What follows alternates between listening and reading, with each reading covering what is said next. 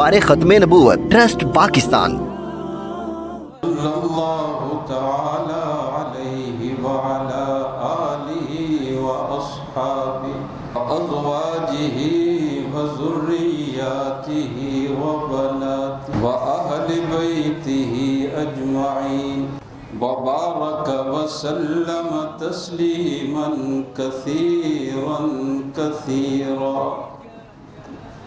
اما بعد فاعوذ باللہ من الشیطان الرجیم بسم اللہ الرحمن الرحیم۔ یا ایہا الذین آمنوا اتقوا اللہ وقولوا قولا سدیدا يصلح لكم أعمالكم ويغفر لكم ذنوبكم ومن يطع الله ورسوله فقد فاز فوزا عظيما۔ وقال النبي صلى الله عليه وآله وسلم الدین النصیحہ، او کما قال علیہ الصلاة والسلام۔ صدق اللہ العظیم وصدق رسولہ النبی الکریم الامین۔ اللہم صل علی روضۃ محمد فی الریاض، اللہم صل علی جسد محمد فی الاجساد، اللہم صل علی روح محمد فی الارواح۔ الہی پھر ہم میں صدیق سا ایمان پیدا کر، عمر فاروق سا کوئی جری انسان پیدا کر، رگے تحریف کٹ جائے دم عثمان پیدا کر، علی المرتضی شیر خدا کی آن پیدا کر۔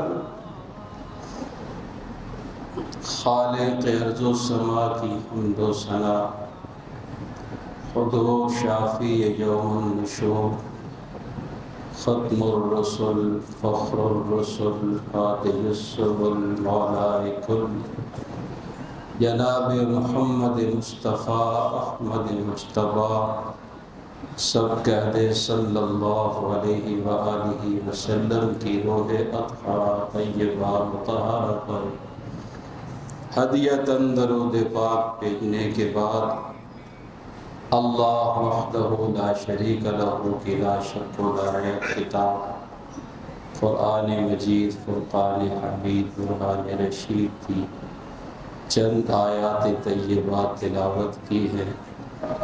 اللہ رب العزت مجھے درست عرض کرنے کی، تمام جن و انس کو قرآن و سنت کے مطابق اپنے اعمال عقائد بنانے کی توفیق نصیب فرمائے۔ اللہ رب العزت نے اس نظام کائنات میں جتنی بھی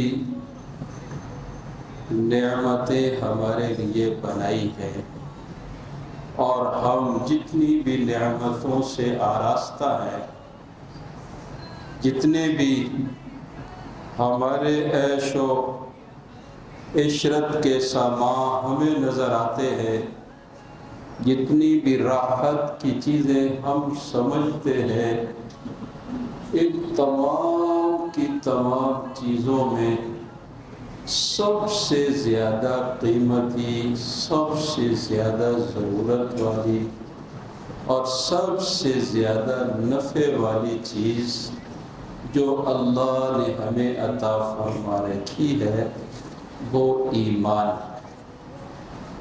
ایمان سے بڑھ کر کوئی بھی قیمتی چیز نہیں ہے، اور ایمان نام ہے پیارے آقا صلی اللہ علیہ وآلہ وسلم کی ذات اقدس سے تعلق کا۔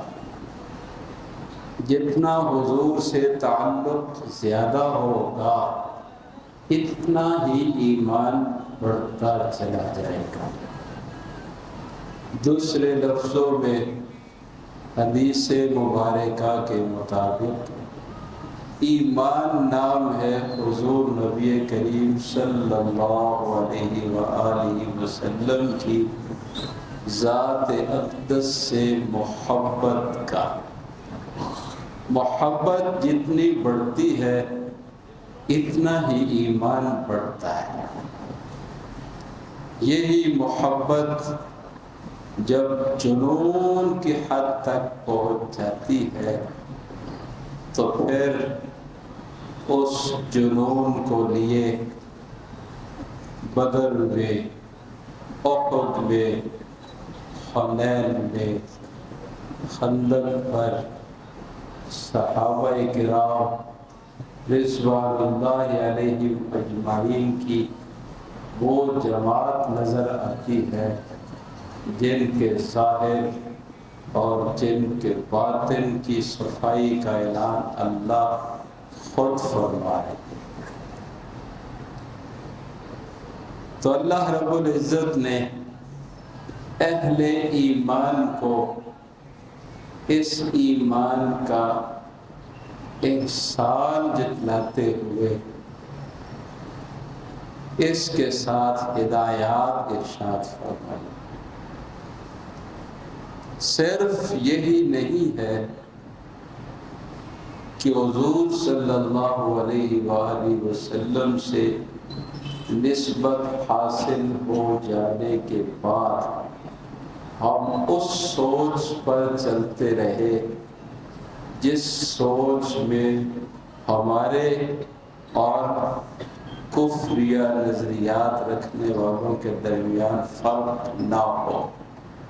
اسلام نے اہل اسلام کو ایک الگ سوچ، ایک الگ زندگی، ایک الگ تہذیب، ایک الگ معاشرہ دیا ہے تاکہ یہ چلتے پھرتے، اٹھتے بیٹھتے، بولتے، لین دین، ناپ تول سے پتہ چلے یہ حضور کے غلام ہے۔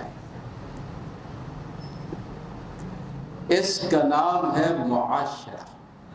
اسلام ایک معاشرہ مہیا کرتا ہے جس کے اندر مسلمان پل کر حضور صلی اللہ علیہ وسلم کی غلامی کا وہ مقام حاصل کرتا ہے کہ پھر انہیں یہ نہیں کہنا پڑتا اسلام کی ہدایات کیا ہے، پھر وہ یوں کہہ دیتے ہیں کونو مثلنا، ہماری طرح ہو جاؤ، ہماری طرح ہو جاؤ۔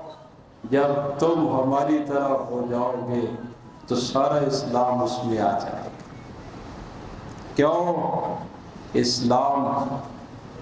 اسلام نے جو غلامی کا مقام ابو بکر و عمر، عثمان و علی، سعد، طلحہ، زبیر جیسے حضور کے دیوانوں کو عطا فرمایا تھا، وہ اس مقام پر تھے کہ اس وقت ان کی زندگی کو دیکھ کر زندگی بنانا حقیقت میں حضور صلی اللہ علیہ وآلہ وسلم کی حقیقی زندگی کی مشابہت میں آنا تھا۔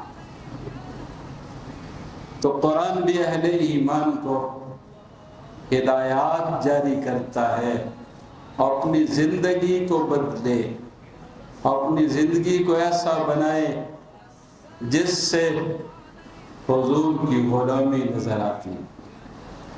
ان آیات طیبات میں اہل ایمان کو اللہ رب العزت نصیحت فرما رہے ہیں۔ یا ایھا الذین آمنوا اتقوا اللہ، یا ایھا الذین آمنوا اتقوا اللہ، اے ایمان والو تقوی اختیار کر لو، اللہ سے ڈر جاؤ، اللہ سے ڈرتے ہوئے زندگی گزارنے والے بن جاؤ۔ صحابی رسول ہے، پوچھتے ہیں کہ تقوی کیا ہے، تقوی کیا ہے؟ تو دوسرے صحابی کیا جواب دیتے ہیں؟ پوچھا کبھی خاردار جھاڑیوں میں سفر کیا ہے؟ کیسے چلتے؟ تو وہ بتا رہے ہیں کپڑے سمیٹ کر چلتے ہیں، کہیں کسی طرف سے کوئی کانٹا لگنے سے کپڑے چھلنی نہ ہو جائے، قدم دیکھ دیکھ کر رکھتے ہیں، کہیں کوئی کانٹا لگنے سے پاؤں زخمی نہ ہو جائے۔ فرمایا یہی تو تقوی ہے، یہی تو تقوی ہے، وہ زخم جو اللہ کی نافرمانیوں سے لگتے ہیں، ان سے بچ کر زندگی گزارنے کا نام ہی تو تقوی ہے۔ تو اللہ بھی اہل ایمان سے فرما رہے ہیں آمنوا اتقوا اللہ، اے ایمان والو اللہ سے ڈرتے رہو، تقوی اختیار کرو۔ زندگی میں اگر تقوی کی دولت نصیب ہو جائے تو چھوٹا سا عمل بھی بہت بڑا عمل ہے۔ کیوں؟ وہ عمل محفوظ رہے گا، اور اگر تقوی کی دولت سے محرومی ہو جائے تو بڑے سے بڑا عمل بھی رائے گاہ ہو جائے گا، بڑے سے بڑا عمل بھی ضائع ہو جائے گا۔ کیوں؟ اس لیے کہ اللہ رب العزت نے جہاں جہاں بھی جنت کا ذکر کیا ہے وہاں تقوی والوں کا ذکر کیا، تقوی والوں کا بیان فرمایا ہے۔ کیوں؟ اس لیے کہ تقوی کا مطلب اللہ کی نافرمانیوں سے بچنا ہے۔ جب نافرمانیوں سے بچیں گے تو کیا بن جائیں گے؟ اتق المحارم تکن اعبد الناس، اللہ کی حرام کردہ چیزوں سے بچتے رہو، سب سے بڑے عبادت گزار بن جاؤ گے۔ یہ تقوی ہے۔ عبادت گزار بننے کے لیے یہ نہیں فرمایا زیادہ نمازیں پڑھو، زیادہ روزے رکھو، لمبے سجدے کرو، بلکہ کیا فرمایا؟ اتق المحارم، اللہ کی حرام کردہ چیزوں سے بچو، تکن اعبد الناس، تم بڑے عبادت گزار بن جاؤ گے۔ کیوں؟ جب اللہ کی حرام کردہ چیزوں سے بچیں گے تو عبادت بھی خود بخود آئے گی۔ نماز چھوڑنا کیا ہے؟ حرام ہے۔ روزہ، فرضی روزہ چھوڑنا کبیرہ گناہ ہے۔ زکوٰۃ واجب ہو گئی، نہ ادا کرنا گناہ ہے۔ جتنے بھی نافرمانی والے کام ہیں وہ سارے ہی مومن کے لیے اس کی شایان شان نہیں ہے کہ اللہ کی نافرمانی والے کاموں کی طرف لگے۔ تو جب نافرمانیوں سے بچے گا تو عبادت گزار بن جائے گا۔ تو فرمایا تکن اعبد الناس، تو بڑے عبادت گزار بن جاؤ۔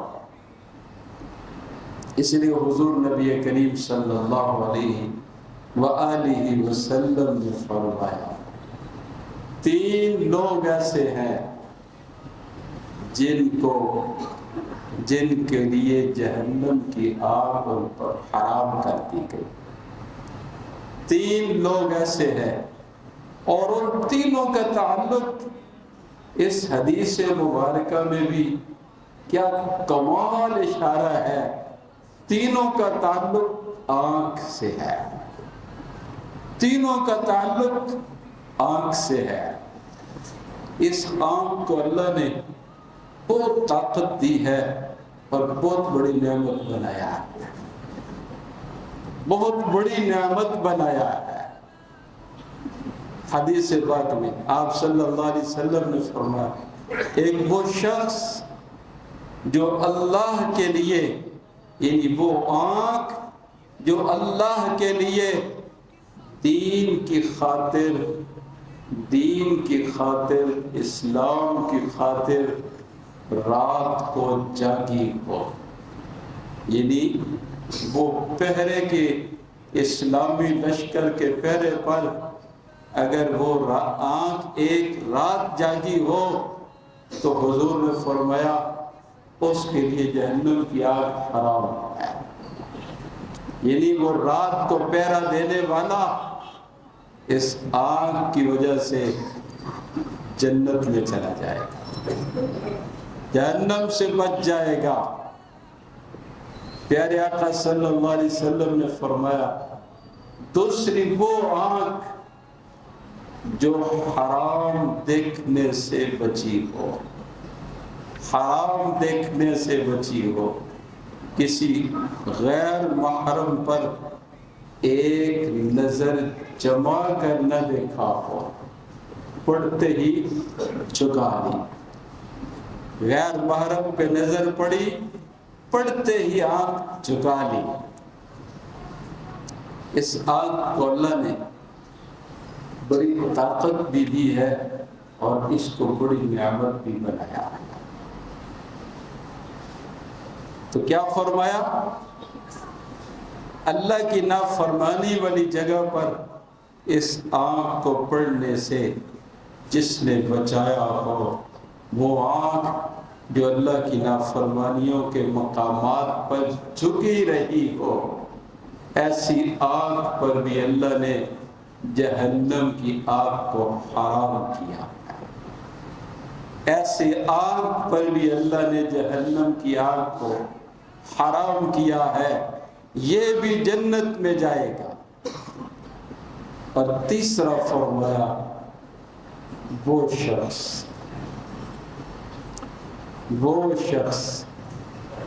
جس کو اللہ رب العزت نے یہ مقام عطا فرمایا. یہ آنکھ ایسی دولت ہے, اسی سے تو صحابہ بنے ہیں. یہ آنکھ آقا صلی اللہ علیہ وسلم کے چہرہ انور پر پڑی تو اس سے کیا بنے, صحابہ بن گئے, جن کو دنیا میں اللہ نے اپنی رضا کا تمغہ عطا فرمایا. جنتیوں کے متعلق لکھا ہے کہ جنت میں ساری نعمتیں ملنے کے بعد اللہ کا دیدار نصیب ہو جانے کے بعد بھی اللہ پوچھیں گے کسی اور چیز کی ضرورت ہے, تو جنتی کہیں گے اللہ اب تو آپ کا دیدار بھی ہو گیا ہے, اب اس کے بعد اور اس سے بڑی کیا نعمت رہ گئی ہے. تو اللہ اپنے جنتیوں کو ایک نعمت وہ عطا فرمائیں گے جس نعمت کے مقابلے میں ساری نعمتیں ہیج ہو جائیں گی. اللہ رب العزت اعلان فرمائیں گے کہ اے میرے بندو آج میں تم سے راضی ہو گیا.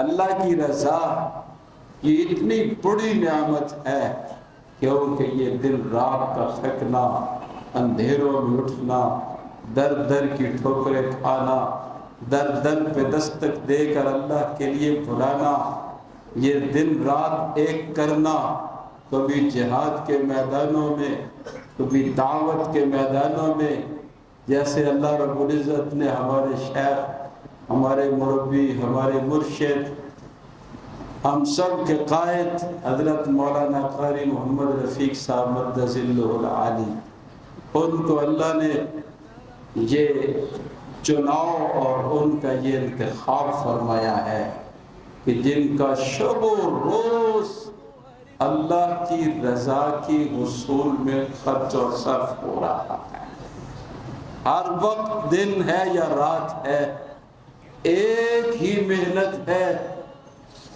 کہ اللہ راضی ہو جائے۔ آرام کو چھوڑا، راحت کو چھوڑا، اس بڑھاپے کے عالم میں اپنی آسائشوں والی زندگی کو چھوڑ کر اللہ کے لیے دن رات سفر میں نکلنا، ہر وقت اپنے آپ کو اس میں لگائے رکھنا، اللہ راضی ہو جائے اور اللہ کی مخلوق کو کچھ مجھ سے نفع پہنچ جائے۔ اور اس سے بڑا کیا نفع ہے کہ جو اللہ کی مخلوق کے لیے ہدایت کا ذریعہ بن جائے، اس سے بڑا نفع ہی کیا ہے۔ جس کو اللہ چنتے ہیں اسے اپنے بندوں کے لیے ہدایت کا ذریعہ بناتے ہیں۔ اللہ حضرت شیخ کی صحت، عمر، علم، عمل، زہد، تقوی میں مزید برکتیں نصیب فرمائے۔ یہ ایک ایسی مسند ہے جہاں سے دعوت کا سلسلہ بھی چلتا ہے، جہاد کا سلسلہ بھی چلتا ہے، دعوت اسلام کا سلسلہ بھی چلتا ہے، حضور کے تاج ختم نبوت کے تحفظ کا سلسلہ بھی چلتا ہے، حضور کے ناموس کے تحفظ کا سلسلہ بھی چلتا ہے۔ یہاں سے اللہ کی مخلوق کے لیے رفاعی امور کا سلسلہ بھی چلتا ہے۔ ایک مسند ہے جس سے اللہ نے ایک تناور درخت اگایا ہوا ہے اور اسے اللہ نے پھلدار بنایا ہے کہ اس سے آگے اور افراد تیار ہو رہے ہیں جو امت میں ان سارے کاموں کو لے کر چلنے کے جذبات، ہمت، توفیق اللہ سے مانگنے کا سلسلہ جن کا چلتا رہتا ہے۔ اللہ رب العزت ایسے شیوخ کے سائے سلامت رکھے۔ تو میں عرض کر رہا تھا، قرآن کہتا ہے یا ایھا الذین آمنوا اتقوا اللہ، اے ایمان والو تقوی اختیار کرو، تقوی والے بن جاؤ۔ اور دوسرا کیا فرمایا؟ وَقُولُوا قَوْلًا سَدِيدًا، اور اپنی زبان، اپنی گویائی کو درست کر لو۔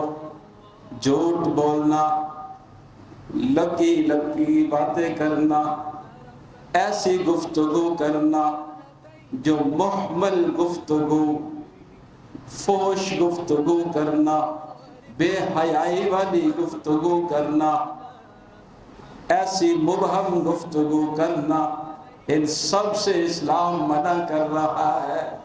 وَقُولُوا قَوْلًا سَدِيدًا، سیدھی سیدھی صاف اور سچی بات کہنے والے بن جاؤ، یعنی اپنی زبانوں کی حفاظت کرو، اپنی زبانوں کی حفاظت کرو۔ پیارے آقا صلی اللہ علیہ وسلم نے فرمایا، دو چیزوں کی ضمانت تم مجھے دے دو، جنت کی ضمانت میں تمہیں دیتا ہوں۔ دو چیزوں کی ضمانت جو مجھے دیتا ہے میں اسے جنت کی ضمانت دیتا ہوں۔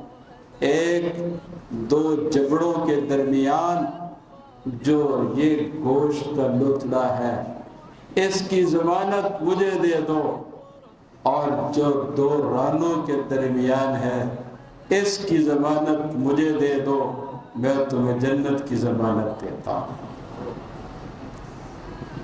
میرے بھائیوں، تقوی کہنا اور تقوی کی باتیں کرنا آسان ہے، تقوی اختیار کرنا تقوی والوں کے لیے تو مشکل نہیں ہے، لیکن تقوی والوں کی صحبت میں آئے بغیر تقوی حاصل ہونا مشکل ہے۔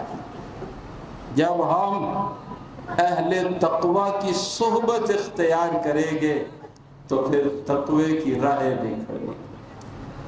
تو کیا فرمایا؟ وَقُولُوا قَوْلًا سَدِيدًا، گفتگو یہ نہیں اپنی گفتار، کردار، رفتار پیارے آقا صلی اللہ علیہ وآلہ وسلم کے لائے ہوئے مبارک دین کے مطابق کر دو، پھر کیا ہوگا؟ ایمان والے تم بن جاؤ، تقوی والے بن جاؤ، سچے بن جاؤ۔ تین چیزیں، ایمان والے بن جاؤ، تقوی والے بن جاؤ، سچے بن جاؤ، پھر کیا ہوگا؟ اللہ فرماتے ہیں تین چیزیں میں تمہیں عطا کرتا ہوں۔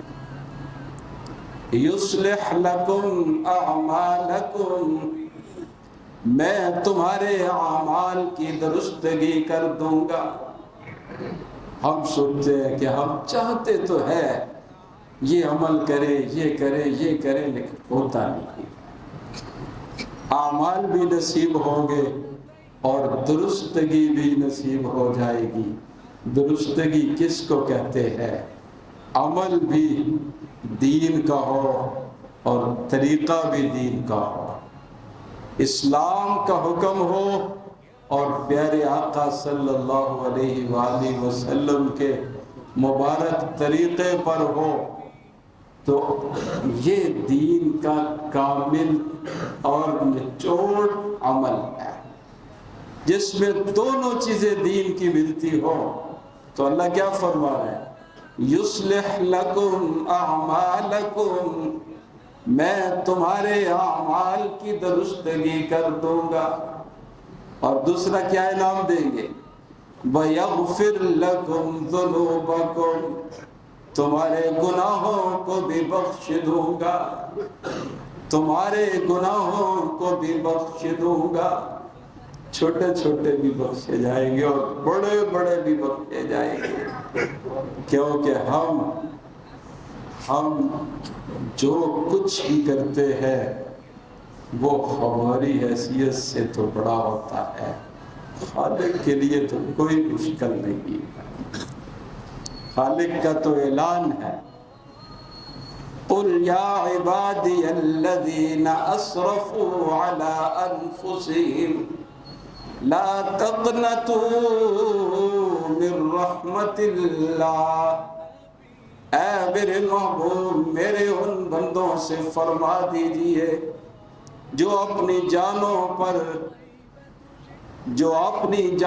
پر ظلم کر چکے ہیں، اور ایسا ظلم کہ وہ یہ سمجھتے ہیں کہ ہماری بخشش کا کوئی راستہ نہیں ہے، انہیں فرما دیجئے لا تقنطوا من رحمت اللہ، اللہ کی رحمتوں سے نا امید نہ ہونا۔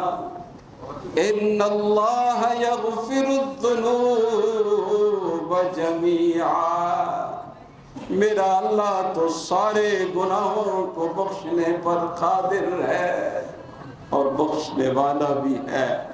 ایک اللہ والوں کا واقعہ، ہمارے شیخ، ہمارے مرشد حضرت مولانا شیخ الحدیث حضرت صوفی سرور صاحب کہتے ہیں رحمت اللہ تعالی علیہ، بڑھاپے کے عالم تک اپنے تمام معمولات آخری وقت تک رات بھر روتے، دعائیں کرتے، اللہ سے مانگتے، آہوزاری کرتے۔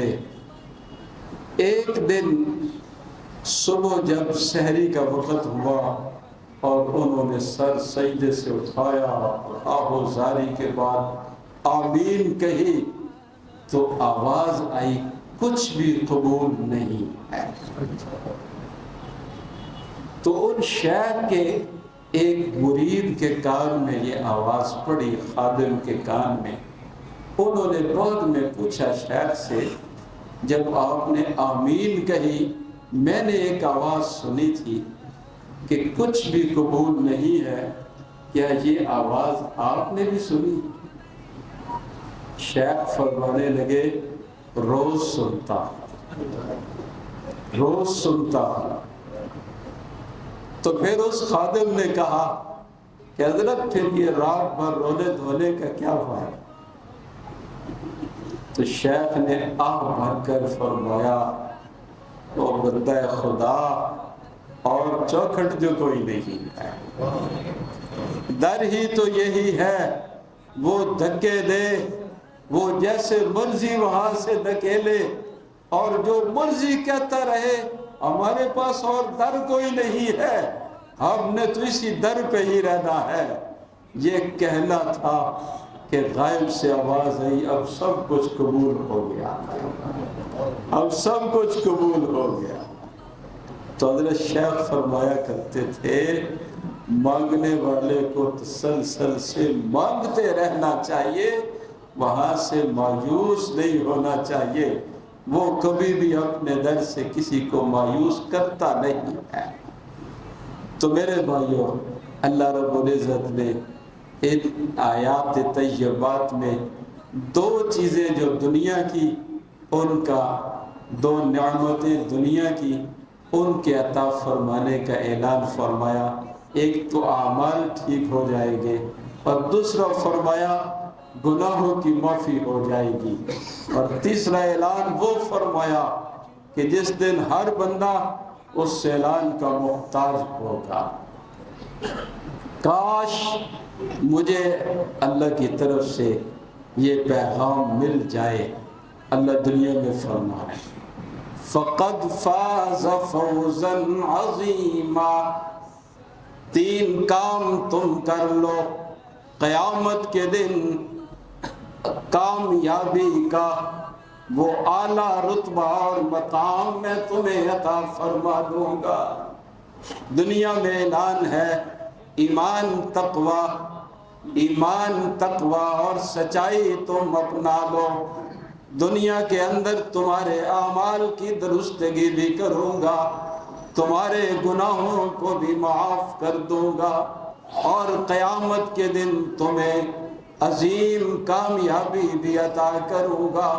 اور جسے قیامت کے دن کامیابی مل گئی، پھر ہمیشہ ہمیشہ کی کامیابی ہے، اس کے بعد ناکامی تو ہے ہی نہیں ہے۔